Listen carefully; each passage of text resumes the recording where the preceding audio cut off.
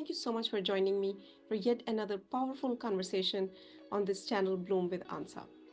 I'm Ansa Noreen, and today's topic is confidence. A small town girl like myself would not be able to sit here and record this podcast with international speakers and gurus and teachers if she did not have the confidence to take the first step in her life to get out of her comfort zone without having any role model, without having any help or outside support. It was my confidence that I had in myself. What do these confident people that I'm observing and watching, what do they have that I don't have? It's really hard to be confident if you don't know why you're doing something. Our thought creates our reality. You and I both are where we are today, good and bad, based on accumulation of thoughts. Our talk and our walk are teammates of each other. I see that a lot with parents.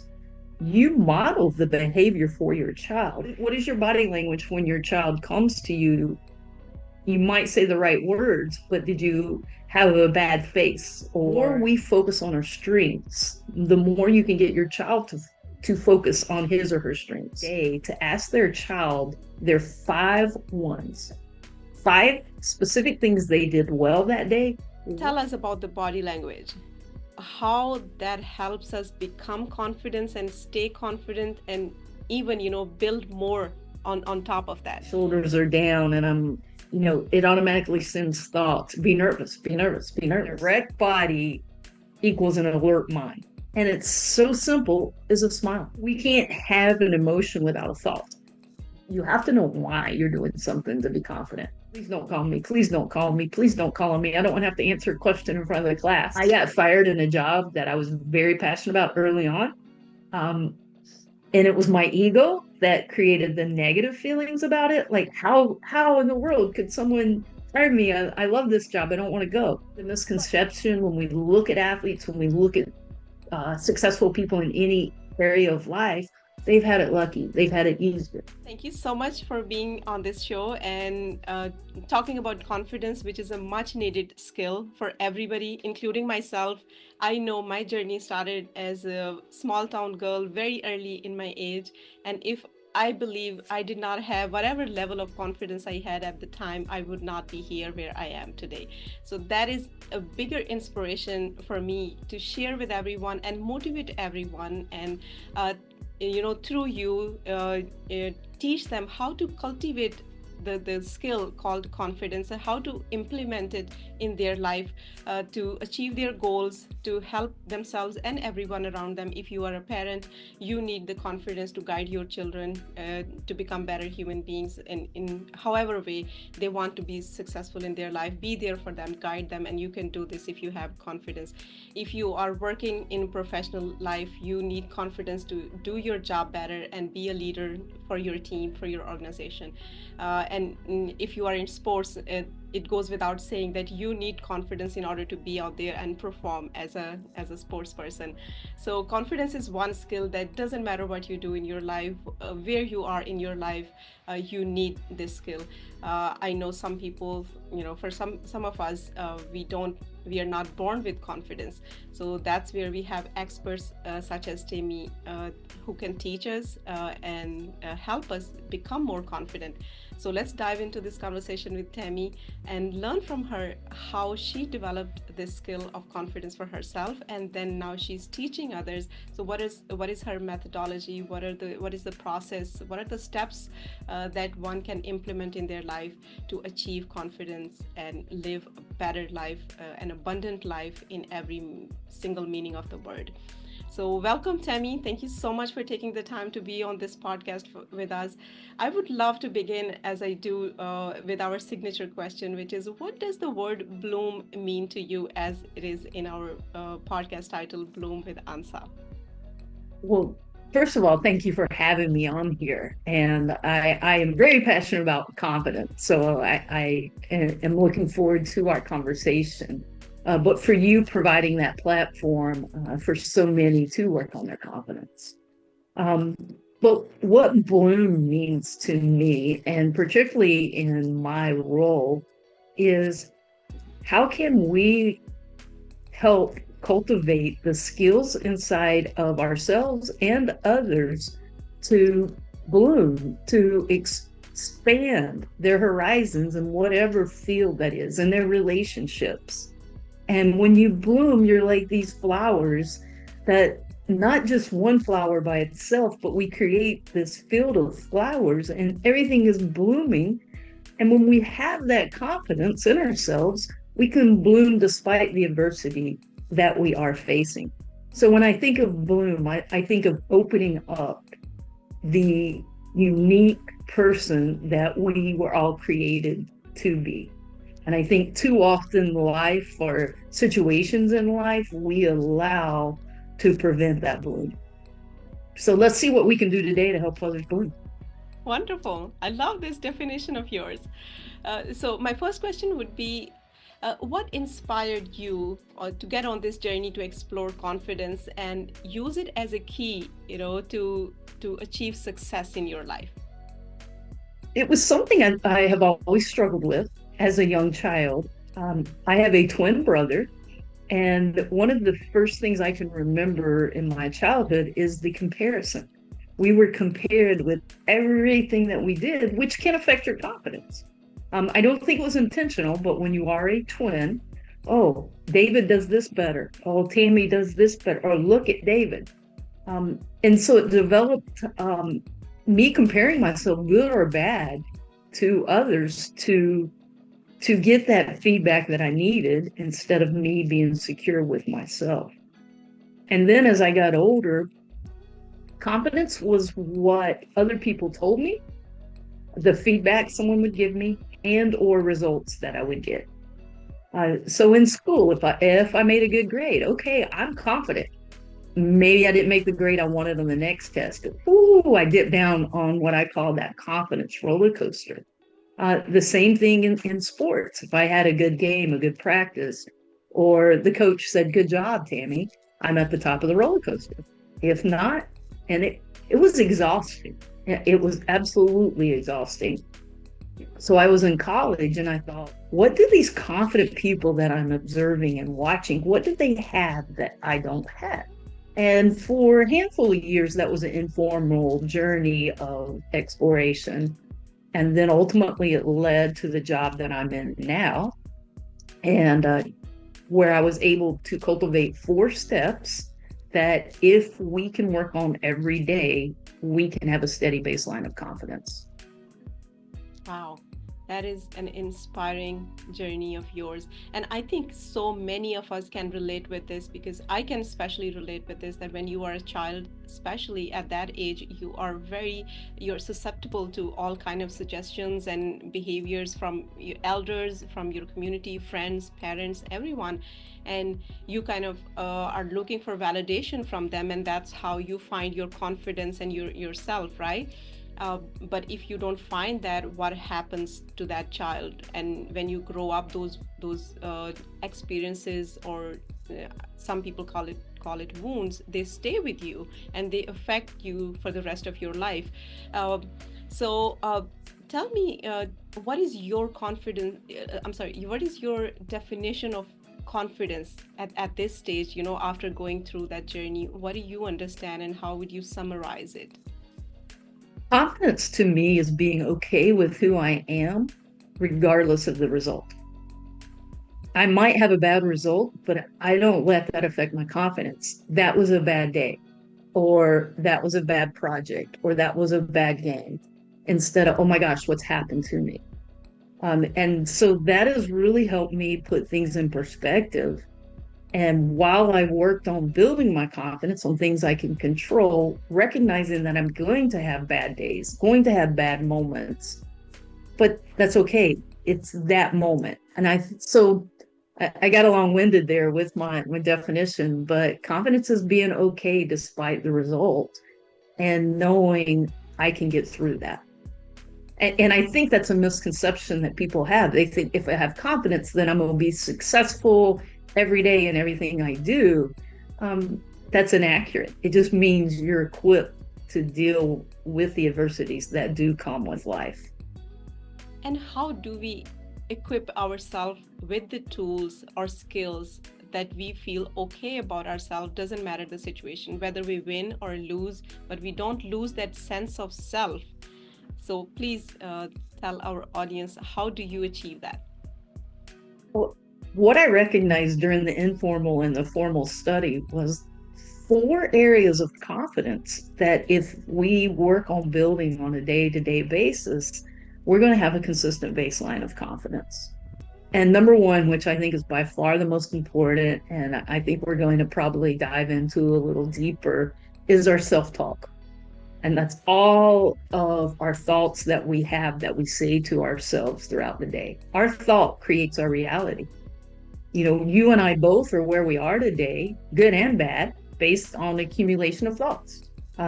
Number two is what I call walk the walk. And what I mean by walk the walk, how do we carry ourselves? How, you know, our body language, our expressions, our gestures, and yes, they influence others, but more importantly, they influence our own mind. So I like to say our talk and our walk are teammates of each other, partners of each other. They play off of each other. And when you get the two working together, you're going to have a steady baseline of confidence. The third factor is how you see yourself. It's really hard. You know, people set goals. We're at the beginning of the new year. People set goals. Well, it's really hard to achieve those goals if you can't actually see it in your mind. But the same with our confidence. If I can't see what I look like as a confident person, it's going to be hard to be that person. Um, so, you know, one thing I do every morning, one part of my routine is for about 30 seconds to a minute, I just close my eyes and imagine what I'm going to look like at my best self that day. Then the fourth steps preparation. Really hard to be confident if you haven't put in the work. You know, it would be hard for you to be confident as a podcaster if you didn't put in the work necessary, or as a mother, or as an athlete, or whatever profession you may be. You do have to put in work, and that creates confidence as well.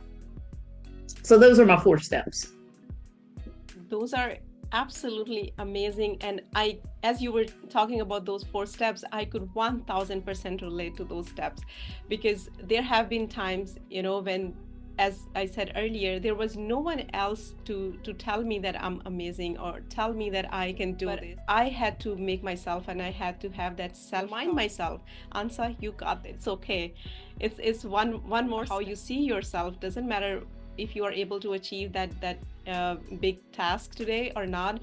As long as you know you can do this and you have the resources, you will get there eventually, because you know we are our constant companions, I think.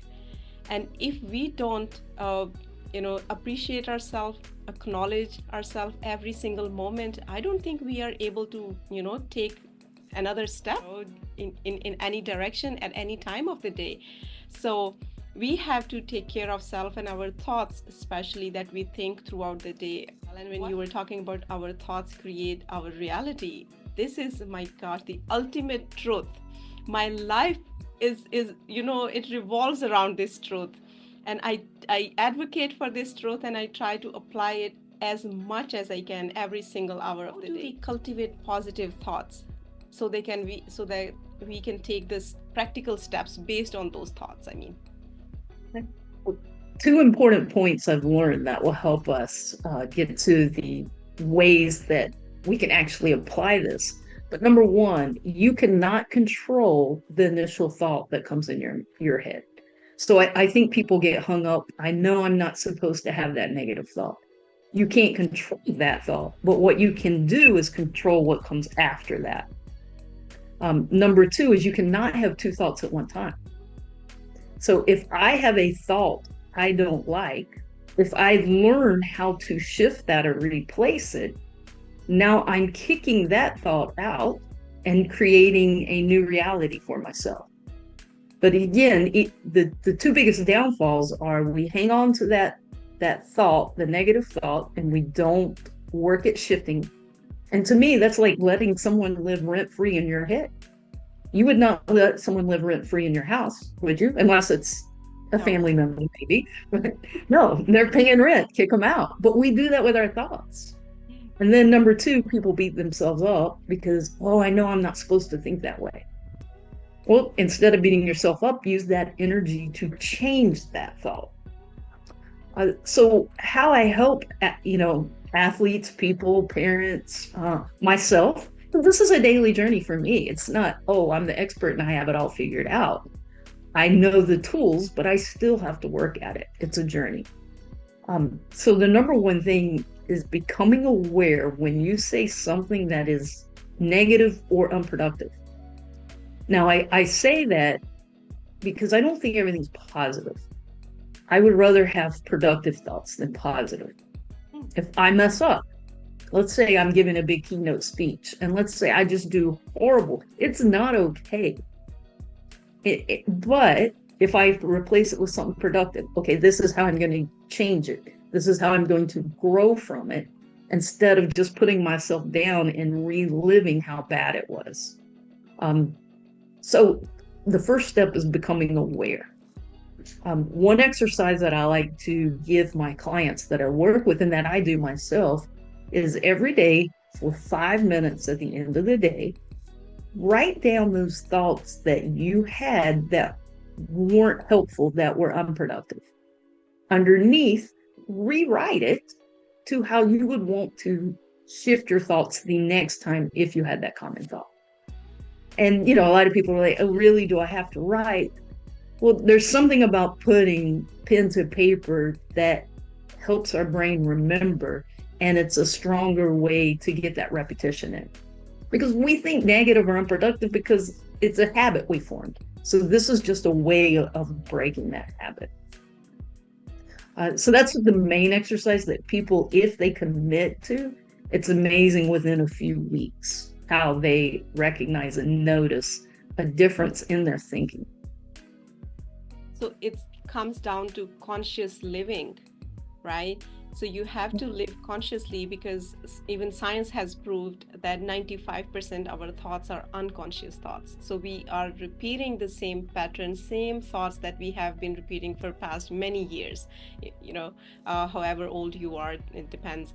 But living consciously and paying attention to what you were thinking, and then if those thoughts were unproductive or negative, as some may call it, how to change those thoughts immediately. So that takes some conscious living and habits to examine what your thoughts were, whether they were helpful for what you were trying to achieve in life or not, and then changing them immediately, or just keep a track of them, and at the end of the day, as you suggested, take 5 minutes and go over those thoughts and shift them into what you would really like to think during those times when those thoughts were happening to you. Wow, that is wonderful, Tami. What else would you suggest for someone who is in the habit of, negative talk, negative self-talk? And I think it was an important point that you mentioned is that 95% of our thoughts are unconscious. So you have to get to that level. So similar to that first exercise is think about the narrative or the story that you have written about yourself that holds you back. And I think I shared this with you earlier on, but not on this podcast. I had this horrific thought, and it was true because I thought it over and over, that I couldn't write. And I would make really good grades in school on everything but writing projects or papers. And so I just lived that story. I had help by listening to others, and a teacher had given me an F on a paper I'd worked really hard on because she said it was too good to be true. And so I held on to that narrative that other people fed into me and that I believed. No, I can't write. Then I became a mental game coach and was speaking and going into schools talking. And Tami, you need a book. No, I don't write. And then I was challenged to look at that narrative that I was saying, that story that I was carrying with myself. And okay, this is the story that I have defined about myself. Is it how I want to live? No. Okay, then I have to change this narrative. So I wanted to become a writer, but here again, it's my worst subject, as I've been told I've told myself and others have told me. So I started having to say, I am a writer. I am a writer. Some people call that affirmations. I like to say I am statements. And every single day I would get up and look in the mirror. I am capable of writing. I am a writer. I would write it down sometimes when I would get stuck and not wanting to write. And it's amazing then how my life changed, my story changed because I changed that one narrative. And we all have that. I still have narratives I need to change, but I would challenge every listener right now. What's that one narrative you've told about yourself that's holding you back from the life you want? Just pick one. And let's start rewriting that to what you want to become. Now you have to be honest with yourself. I can't say I'm going to be like this best Wall Street Journal #1 seller. I maybe that's a narrative I need to work on now, but I didn't believe that. But I knew I was capable of writing a story that would help others and that would sell. Wonderful. So we can change our own narratives by using affirmations and being consistent and really being honest, as you said, with ourselves and believing in ourselves that we can do it, and eventually we will be doing it, because I believe as human beings we are the most wonderful advanced machines, if you may want to call it, and we can change our software. We can reprogram ourselves to whatever and whoever we want to. It takes the will, it takes the courage and persistence and consistency in order to achieve that. But trust me, I believe 100% we can do this. So thank you so much for mentioning that point. Now I would want to go a little bit.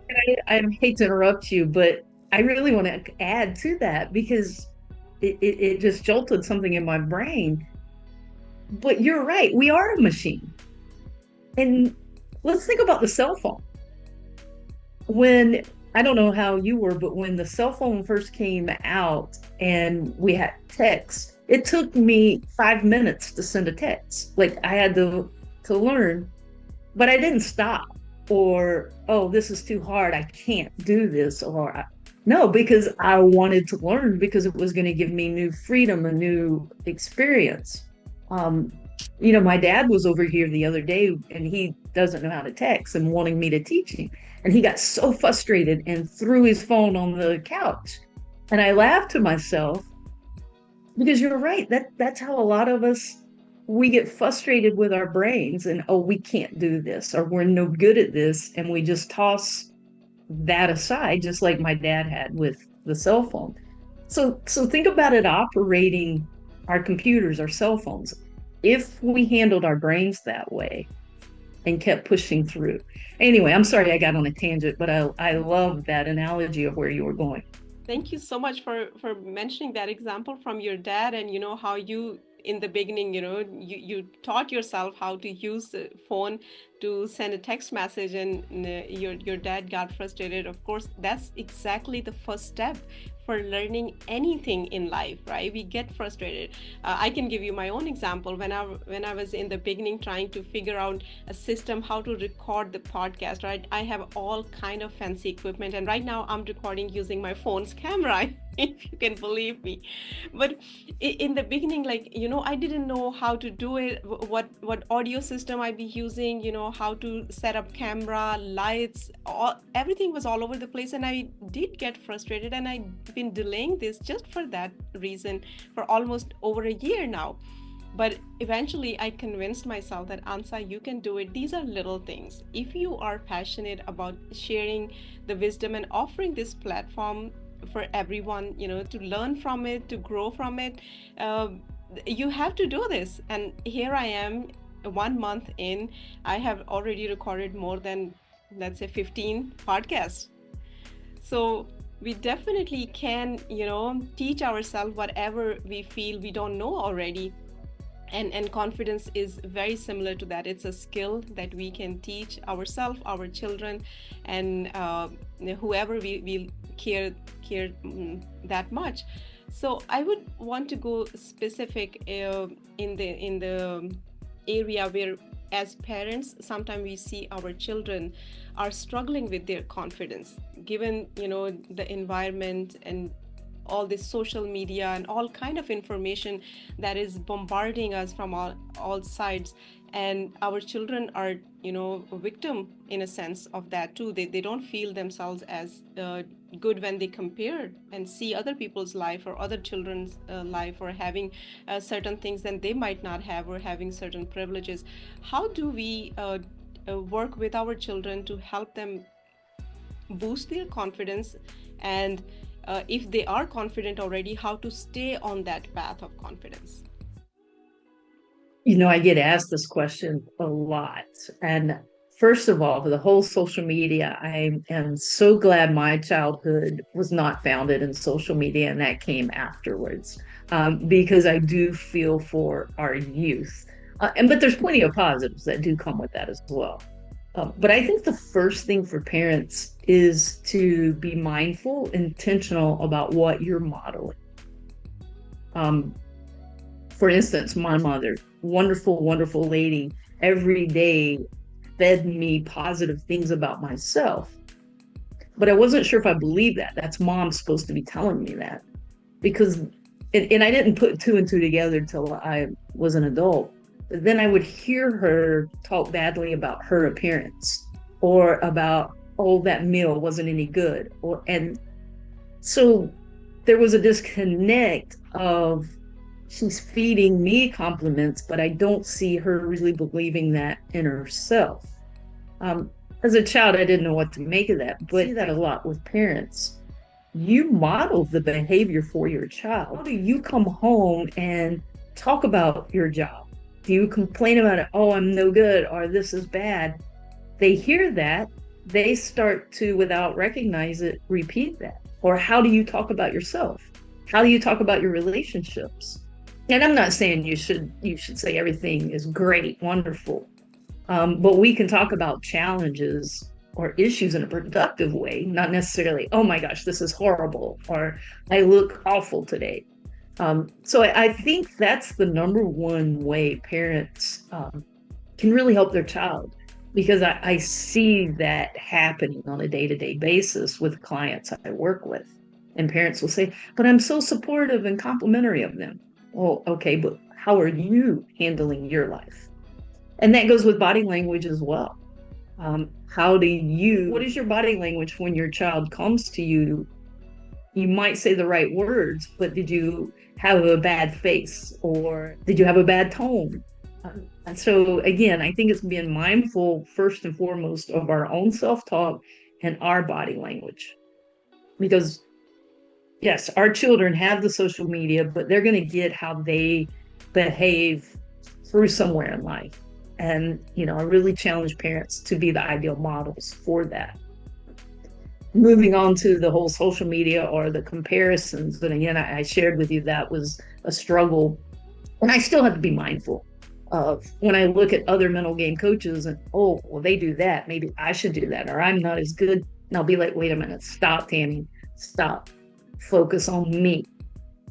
And I think too often we get caught up in other people's journey. And again, social media does make that much easier. Instead of being able to say, stop, what's my journey? And, that doesn't always work, but the more mindful we can be, what's my journey?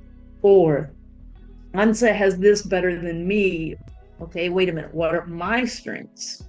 The more we focus on our strengths, the more you can get your child to focus on his or her strengths. They think are strengths, not the strengths you've told them. Then the more that's going to grow. What you focus on grows. So getting your child to say what they do well and getting them to focus on that. Now, that doesn't mean they should ignore their weaknesses. And we're probably talking about different issues here. But one thing that I challenge parents with at the end of the day, to ask their child their 5 wins, 5 specific things they did well that day, they want to get better at the next day. And I didn't create the 5-1 ratio, it's out there in a lot of literature, but the 5-to-1 ratio shows the most growth in any area. whether it's relationship development, skill development. Because what you're doing is just feeding more and more of what you're doing, but recognizing you can always get better. Wonderful. That's such a potent answer to my question, and I'm so glad I asked this question. You mentioned body language. So tell us about the body language, how that helps us become confident and stay confident, and even, build more on top of that. How much role that plays. The way I carry myself sends thoughts to my brain.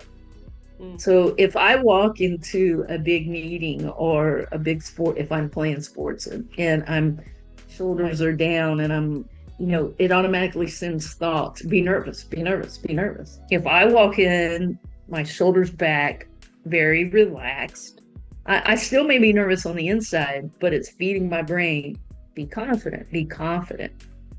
So again, it really plays with our self-talk. And there's tons of research on how we carry ourselves influences, how we feel.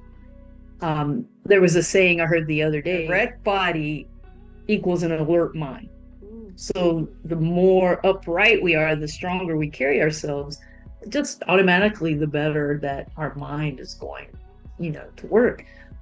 But also there's something so powerful going back to your whole title that helps us bloom, and it's so simple as a smile. It is amazing how that body language, that gesture can change your entire world. It definitely affects others, but more importantly us. And it's when I have a little sign here above my computer that says smile, just as a reminder. If I get frustrated, if I get stuck, if there's something I'm not wanting to do, smile. 9 times out of 10, it changes my perspective. I don't know exactly how that works, but again, it's an action that we can take that can help us get back to being productive, to being confident.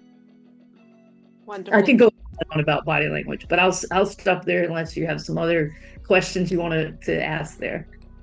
Yeah, sure. I have tons of questions, but I would just want to, say something about smile. I think it's the same thing as you said earlier. Your physiology dictates your mind how to feel, right?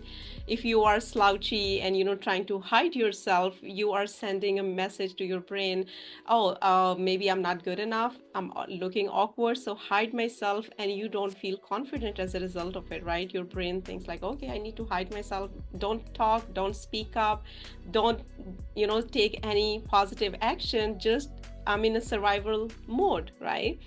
Just let's stay protected and not say anything. And if we are slouching in our board meeting, imagine what kind of results we are producing there, what kind of conversations we are having there. If we are our body language is not upright and confident in any situation in life, we are not performing to our optimal level. So our physiology, our body language plays major role in how we feel and how we perform in any circumstance in our life.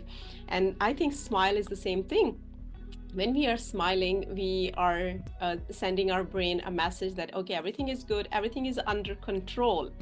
And your brain feels confident. Okay, I'm safe, because what I understand, our brain, it's a major and main function is to keep ourselves safe and alive. That's all it cares about, right?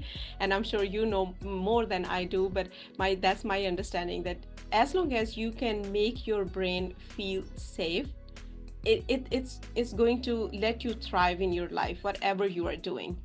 But the moment brain feels like I'm not safe, I need to hide, it's not safe for me, then the environment or whatever is going to pull all the energy and push it into just survival mode. So you're not in your best state, you're not in your optimal state to perform. Whether you are by yourself, your thoughts will become negative. If you are in an environment with other people, you're not in your best productive mode. So let's focus on our physiology. I think that's the easiest thing that we can do, right? Just wherever you are, if you're walking, walk upright. If you're sitting, sit upright and have a smile. Just two most simple things that we can always do, right? And I love how you have a reminder on your son's computer that, okay, smile. And that helps. That's a great reminder all of us can do.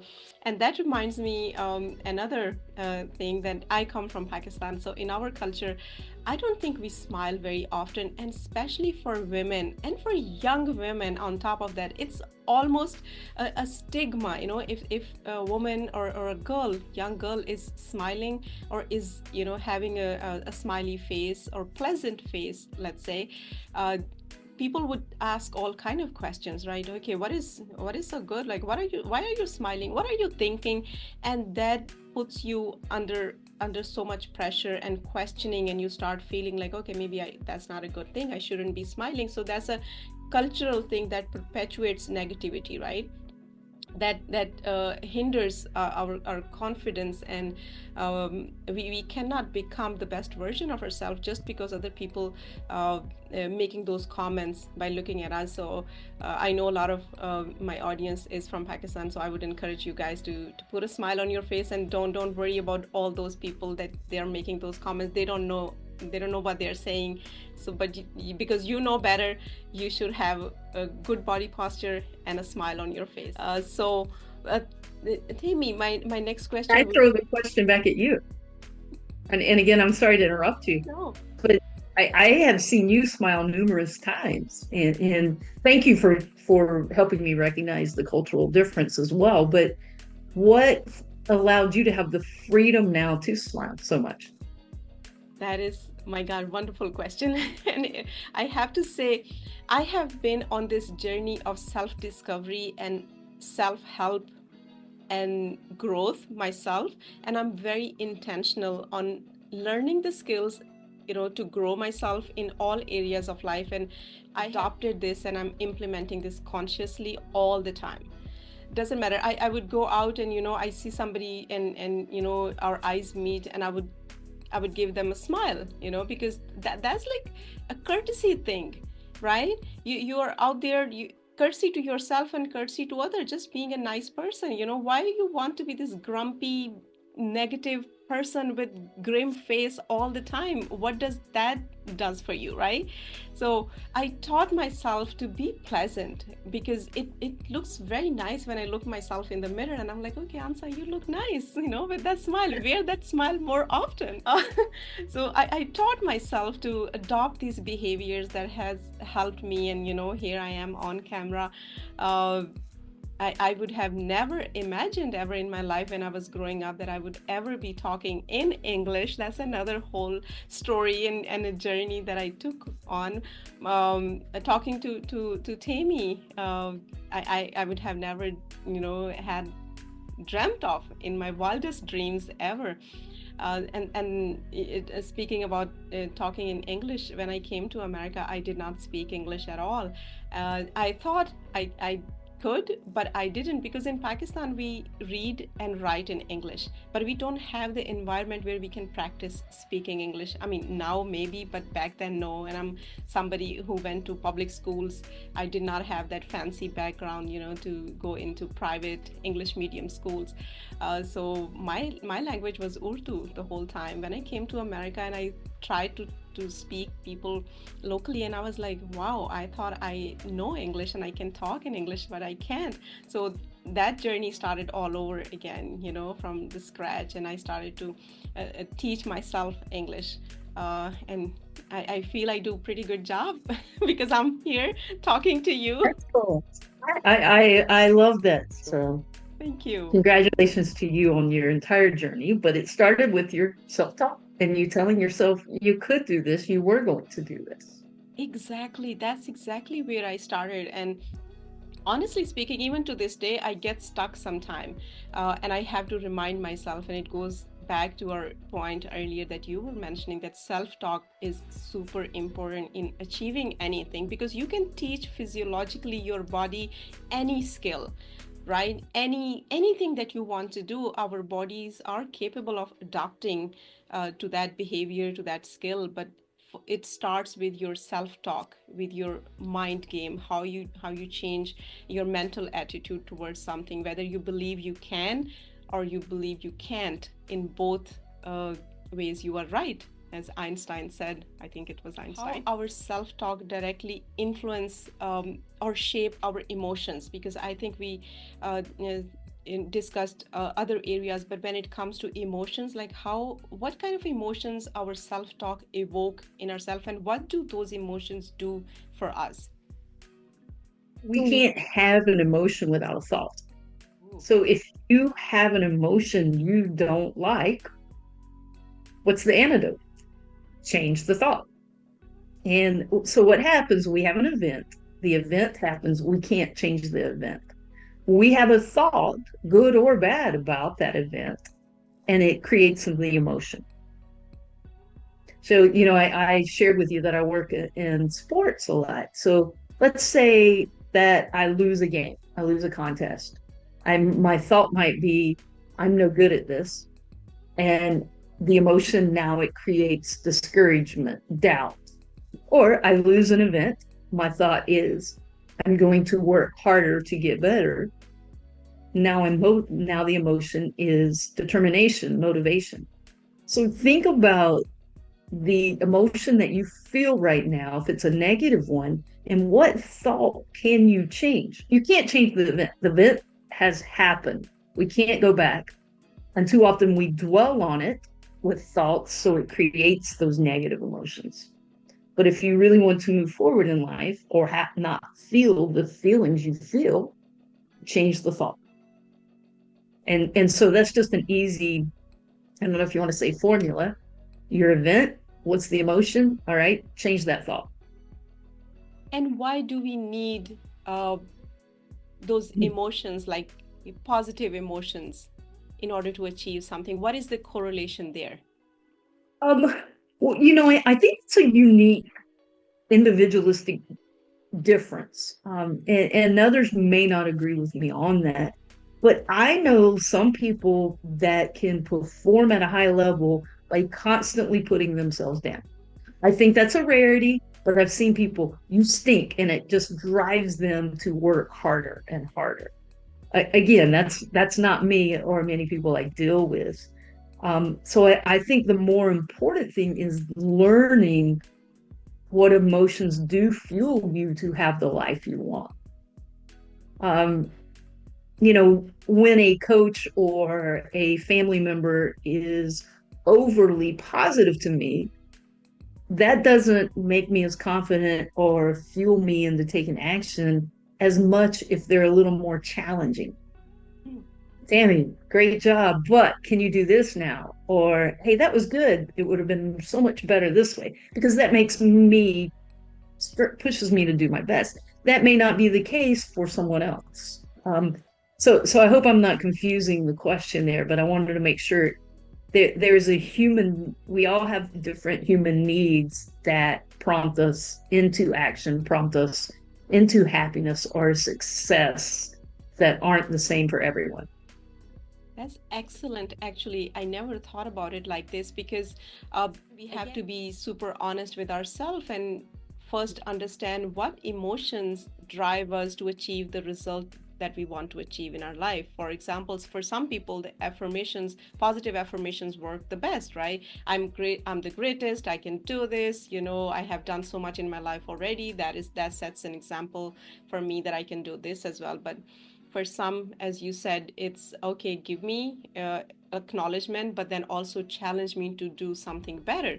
That would work for some. And for some, it's some pain that pushes them. Oh, I'm stuck at this, so I have to do this, right? As you said, I stink, go do this, achieve this, right?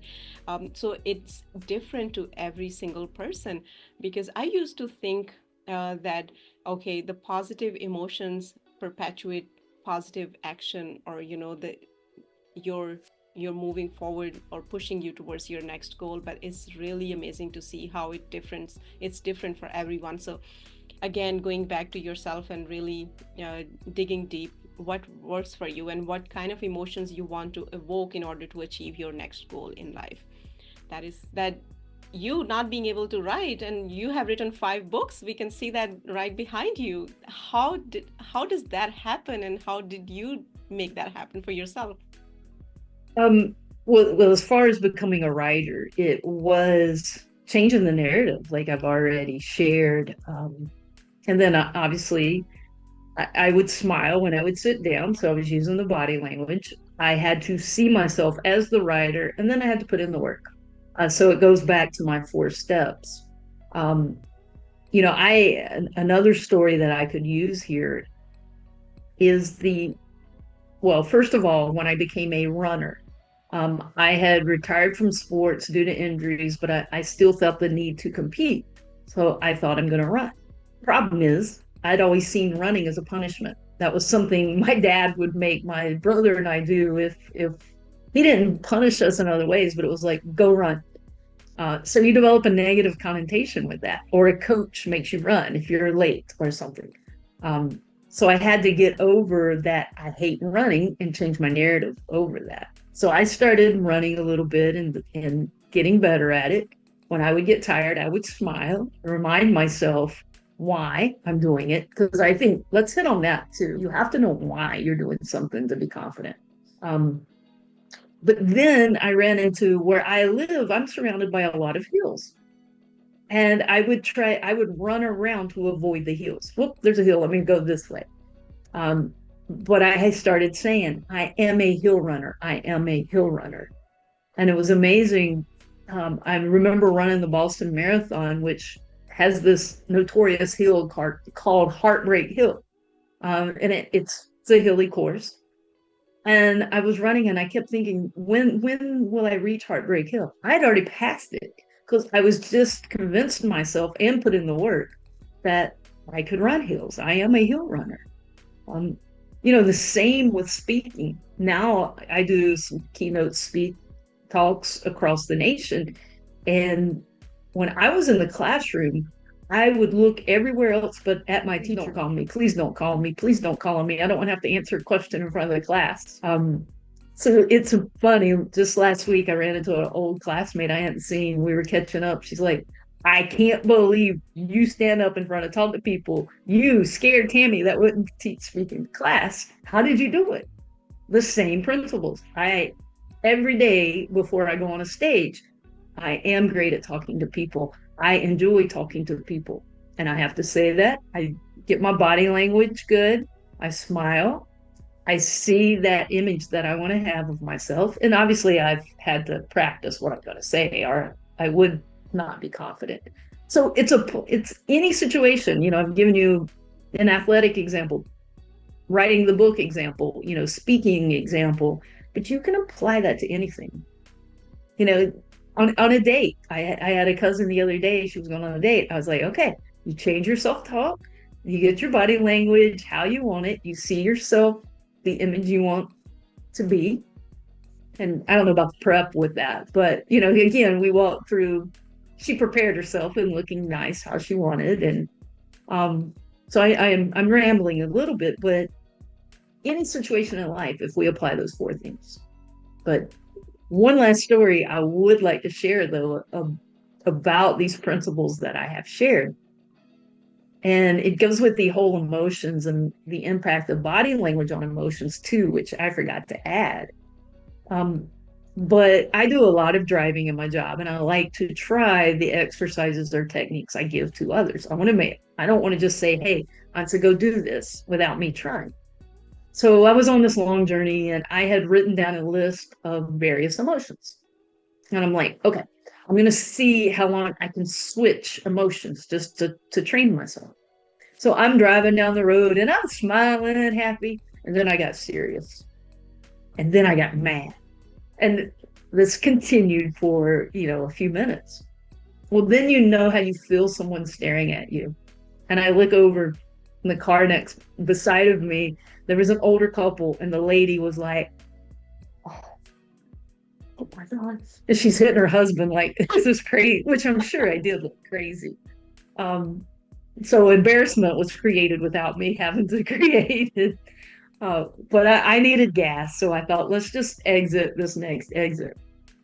Well, they pulled in behind me, and the lady came up to me and was like, honey, are you okay? Is there somebody we need to call for you? I didn't know whether to tell her what I was doing, if that sounded crazier, or just to let her think I was Yeah. crazy with my emotions all over the spectrum.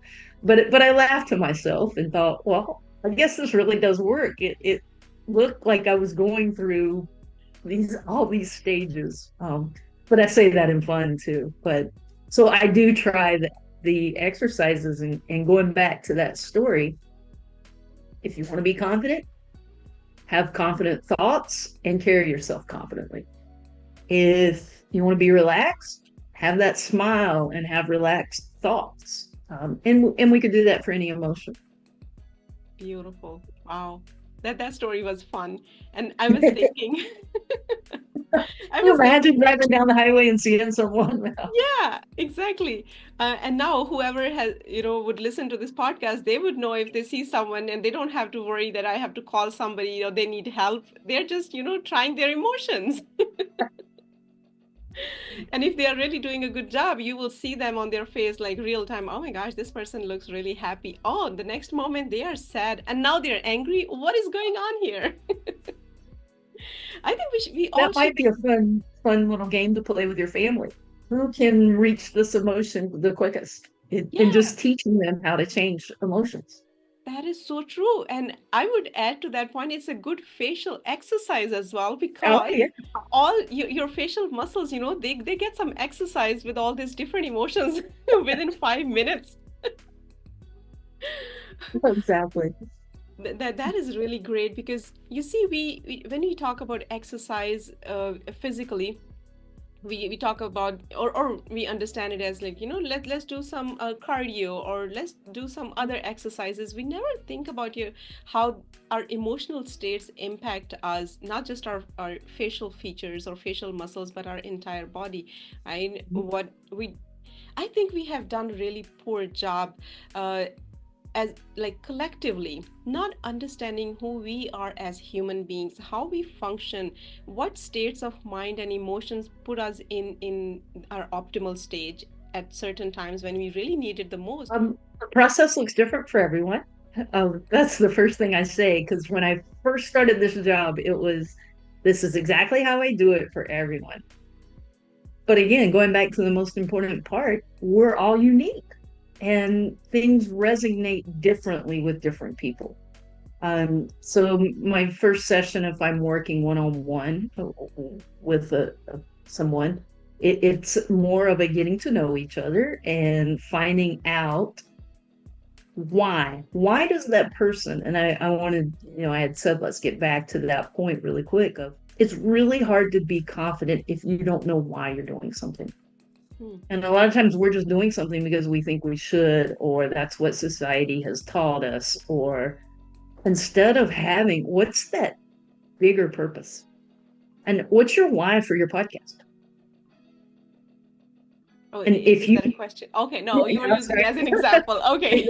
What is your why? My why is, as I earlier said, I wanted to share the knowledge and the wisdom that I have accumulated over time with everyone. But then I decided, why not bring more people and make this even bigger for everyone instead of just me talking about my story and my journey and the skills I learned that really helped me in my life. If I bring more people, for example, if as compared to just Ansa and Tami and Ansa, imagine how much uh, growth is happening for those folks who are listening this conversation instead of just me talking about what I learned in my life. So that was the purpose, to offer this platform to be a resource for our listeners and for teachers and experts like yourself. Yeah, that's my why. I can tell that in your body language as you share. I mean, you've got even more. That that means that helps you with that confidence. If you get on a podcast and you're worried about numbers, how many people are going, you want that, obviously, but if that's your focus, you lose some of that confidence because you're too focused on the results. True. And so again, that goes back to, that's the most important question I want to figure out when I first start working with someone. And then that guides, how can I help strengthen this person? How can I give them what they need to make sure they're in alignment with who they were meant to be and why they do what they do? Because if you're in alignment with who you are and why you're doing it, you can overcome anything. I mean, that guides you, that fuels you, that motivates you to get up every morning and do this. Um, so then we will talk one-on-one, very informal, almost just like you and I have talked. I'm not a lecturer. I'm a coach. So I'm coaching you in step with yourself. So that's kind of how and if you call it organize my sessions, do. And then I always leave you each session with some kind of way you can actually take and apply it. It's such a holistic approach to coaching somebody who want to achieve something in their life, because not figuring out or really knowing why you are doing what you are doing and what is your motivation along the way, even though you understand I need to become confident because it will help me in so many ways in my life, almost every single aspect of my life. But if you don't have that specific or particular why that motivates you every day to work, because you see you are making progress and you are getting closer to your why and achieving your goal. David, I would love to hear about your books and what each book talks about. The initial one that I wrote just to show myself that I could write um, is called The Confident Athlete: 4 Steps to Build and Maintain Confidence. The title is athlete. My mom, who has zero athletic bones in her body, has read it, and it has helped her in her life. It was That was my main focus at that point, and the examples, most of them do relate to athletes. But the material, the exercises in there can relate to anyone. The second book is The Confidence Journal. It's a blank journal with the top of each page some kind of confident tip or quote that I hope you put into play in your life that day or season that you're in. The third one is called This Is Good, a journey of rising above adversity. And it is kind of a actual story of when I was ingrained with a college soccer team, and I worked with them this entire season. And so part of it is me telling what's going on with this team. And then the second part is the lessons that we learned as we faced about as much adversity as possible. And the This Is Good title comes from an African folktale. This is good. And basically, it's my favorite one to tell. It's my motto. This is good. I wear it on my wrist. I've written a book called This Is Good, but nothing is good or bad till we decide it is.